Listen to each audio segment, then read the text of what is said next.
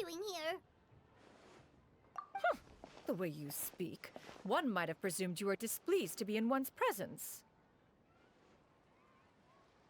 Take note, Paimon. You could learn a thing or two about how to respect your elders. Ugh, starting on the elder stuff already, huh? Shouldn't you be back in your cave tinkering away at some kite-related thingamabob or something? What brings you out here? And what's with that huge box next to you? Ah! Paimon gets it. You're here to do some shopping, aren't you? And what of it? The Qixing's decision to integrate Fontanian technology into said kite-flying competition is of no consequence to oneself. Did you expect one to willfully compete against the whimsical trends of worldly sentiment, or perhaps even fall to petty sulking over such? It's not that we think those things exactly. That's just what Mountain Shaper and Mooncarver told us. Or Chia something and Ho.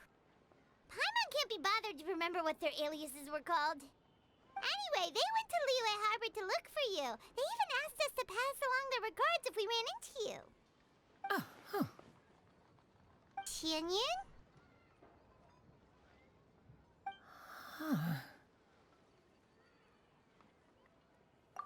It appears time has quite flown since one's arrival in Liyue Harbor.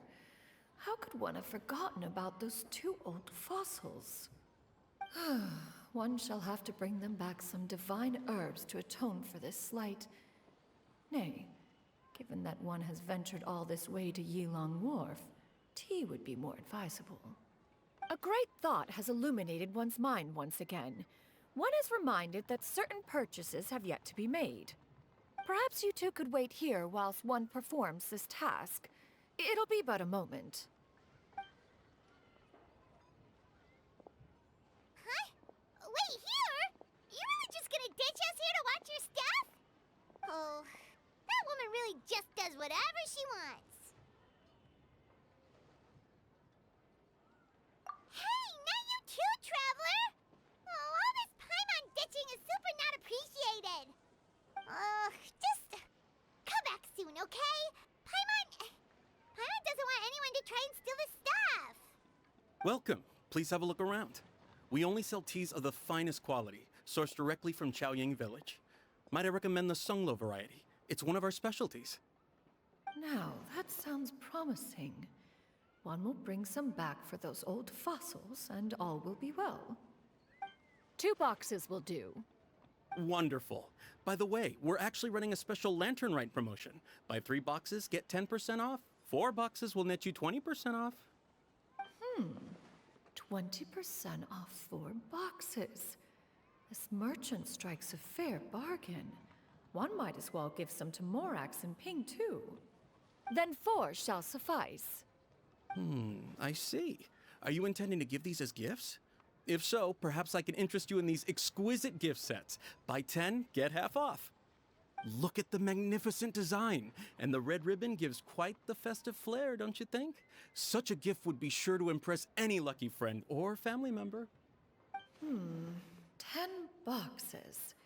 Seems rather excessive. But if one factors in the Conqueror of Demons and one's disciples... 10, a nice round number, don't you think?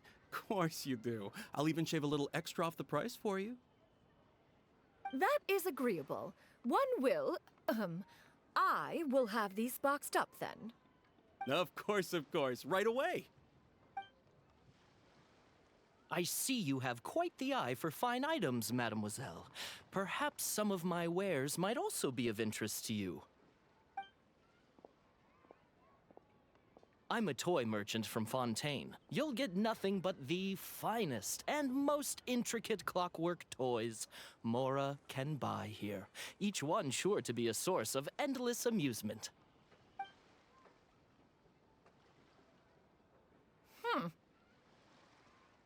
Perhaps you could enlighten me then. When should said amusement be derived? Well, that is, of course, best understood by playing with them yourself. If you could wait just a moment, I can bring one out and give you a demonstration.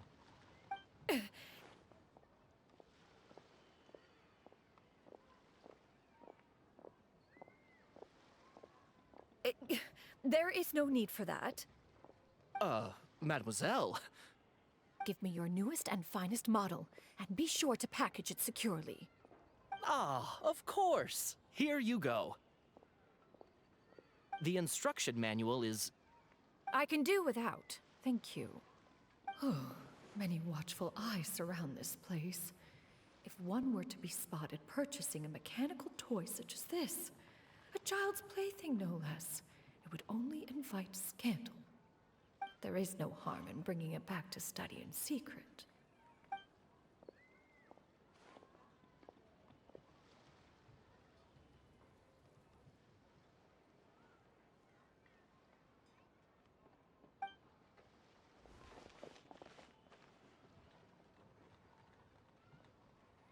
Oh, Xianyun, did your shopping go smoothly?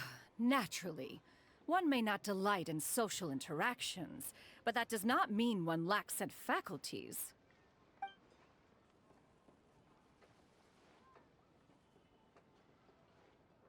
And you two? Are you not here to purchase things? We just haven't had time yet. It doesn't look like there are any kite stalls around Elong Wharf, but it does look like there are lots of goods from Fontaine. You are also planning to participate in the kite flying competition, then? One means to say, you along with all the other youths. One has been entreated to share one's kite-making expertise, and indeed, there was little one could do about such persistent supplication.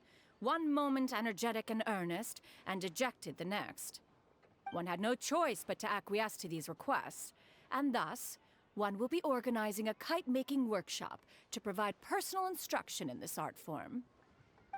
Oh, who will be participating then? Shuyu, Shenhe, Ganyu, and Yayo.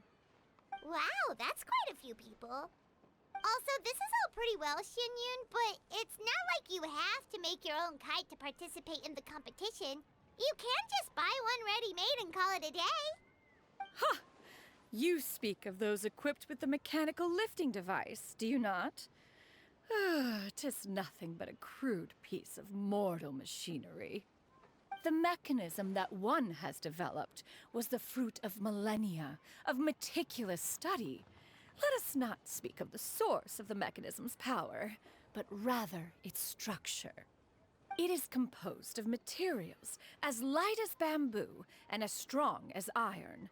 This composition grants it the lightness of weight to ascend into the sky and the durability to follow the wind for many a mile.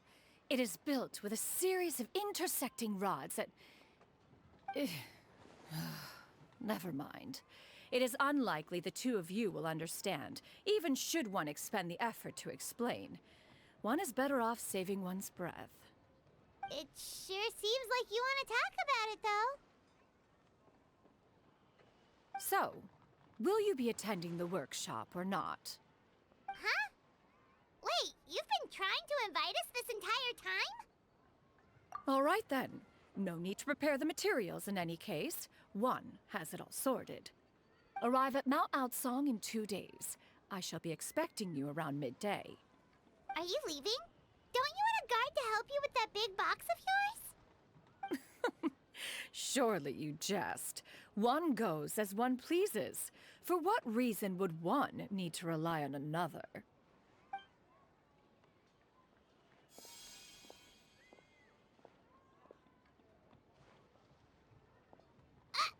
It can float?